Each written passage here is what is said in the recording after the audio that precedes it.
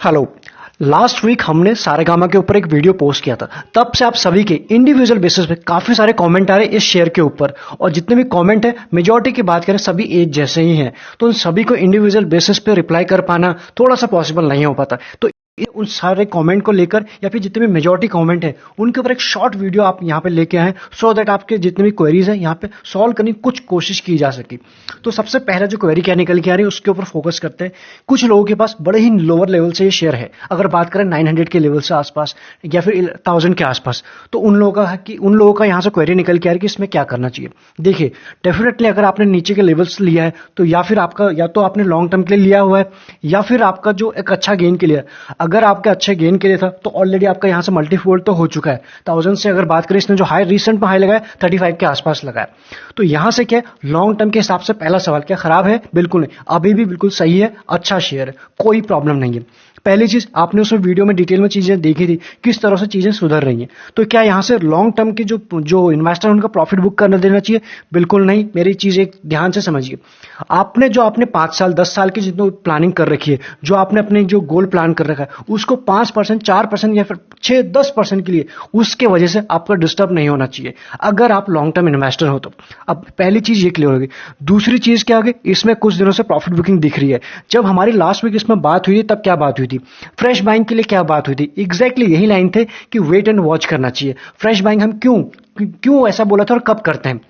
देखिए, जब भी हम कोई भी शेयर को लेते हैं या तो इंपॉर्टेंट सपोर्ट के आसपास लेते हैं, सपोर्ट के आसपास भी, या उसके बाद हमें देखना होता है कि अगर ऑप्शन में तो ऑप्शन के डेटा के हिसाब से बन रहा है, अदरवाइज वो जो सपोर्ट है वहां पे सपोर्ट ले रहा है, एक्चुअली नहीं ले रहा है, वॉल्यूम इंक्रीमेंट हो रहा है नहीं हो रहा है, वॉल्यूम सपोर्टेड जो अपमूव आ रहा है नहीं आ रहा है, ये सारी बहुत सारी चीजें देखने के बाद उसके बाद ही हम उसमें धीरे धीरे करके कुछ इनिशिएटिव ले सकते हैं, वो भी फोकस में रखने के बाद। ये तो रहा सपोर्ट पे, और अदरवाइज या फिर ब्रेकआउट पे लेते हैं। ये शेयर जिस दिन वीडियो बनाया था, रफली बात करें इसके आसपास था, यानी बिल्कुल टॉप के आसपास था।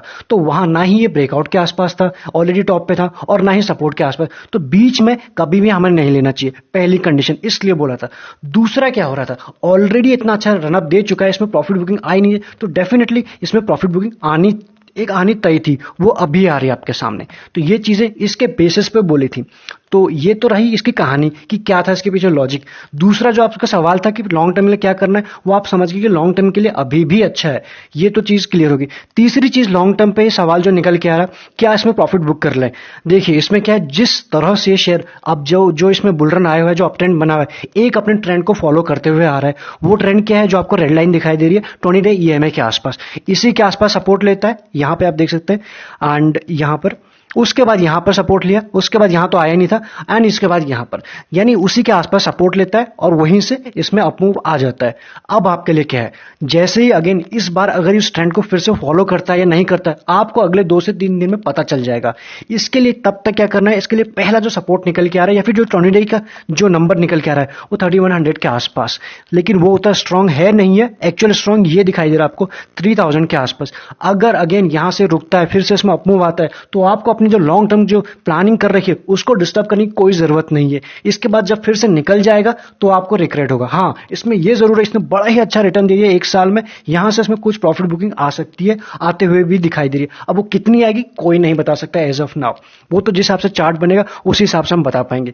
तो इसलिए अगर आपको 3000 का लेवल टूटते हुए दिखाई दे रहा है, उसके बाद आपको यहां से अगर प्रॉफिट बुकिंग करनी है तो कर सकते हैं, जिन्होंने बड़े ही नीचे के लेवल से ले रखा है और प्रॉफिट बुकिंग करनी ही है। तो ये चीज समझ में आ गई क्यों बोल रहे हैं, क्योंकि जो इसका ट्रेंड था वो यहां से ब्रेक हो जाएगा, उसके बाद धीरे धीरे इसमें नीचे के लेवल आते हुए दिखाई देंगे। तो लॉन्ग टर्म इन्वेस्टर के लिए क्लियर हो गया, 10 साल का प्लान 10% की वजह से आपका जो डिस्टर्ब नहीं होना चाहिए, पहली चीज। दूसरा, अगर ये इसने अपना ट्रेंड ब्रेक किया तो डेफिनेटली नीचे के लेवल आते हुए दिखाई दे सकते हैं। तो ये तो हो गए नीचे के लेवल।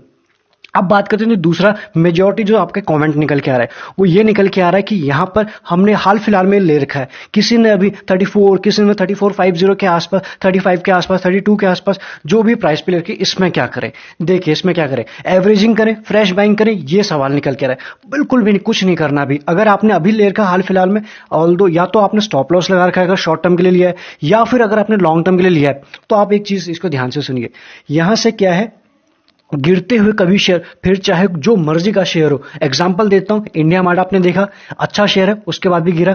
वही प्लस एफलेन ने आपने देखा अच्छा शेयर है, वो भी गिरा। कहने का मतलब ये, फिर चाहे जो मर्जी का शेयर हो, जो जितना स्ट्रांग क्यों ना हो, उसमें भी प्रॉफिट बुकिंग आती है। और गिरते हुए शेयर में हमें कभी नहीं लेना होता है, हम जानते हैं, अदरवाइज हम एवरेजिंग करते हुए रह जाएंगे। एक दिन आपका कैपिटल खत्म हो जाएगा और उसके बाद भी आपका जो पोर्टफोलियो या फिर ये शेयर आपको माइनस में ही दिखाई देगा।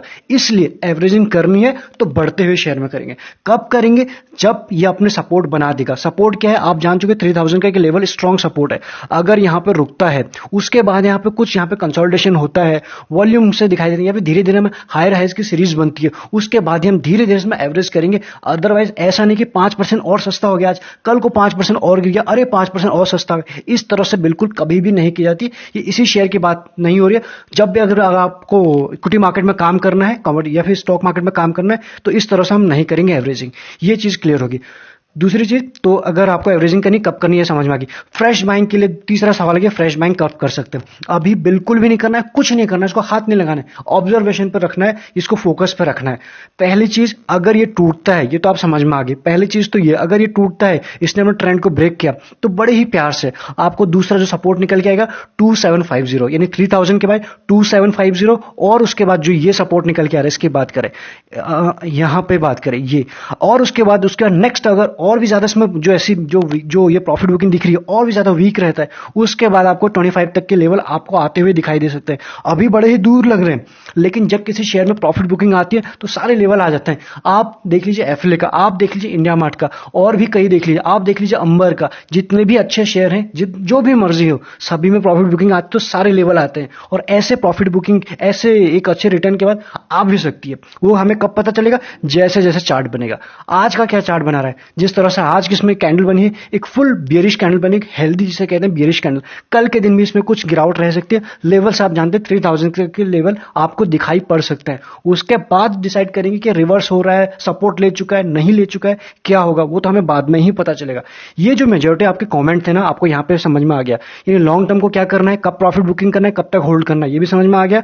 एंड फ्रेश बाइंग के लिए समझ में आ गया, एवरेजिंग के लिए भी समझ में आ गया। प्लस एक एडवाइस ये है यहाँ से, इसमें अगर आपने में से किसी ने भी सिर्फ ये सोच के इसमें इन्वेस्टमेंट किया, जो कर चुके हैं आप, कि यहां से काफी अच्छा रिटर्न दे चुका है, मुझसे ये बुल रन छूट चुका है, ये शेयर छूट चुका है, तो इस गलती को अगली बार मत कीजिएगा।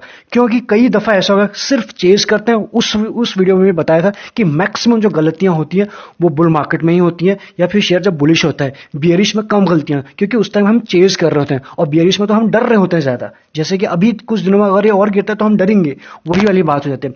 तो ऐसे कभी नहीं करना।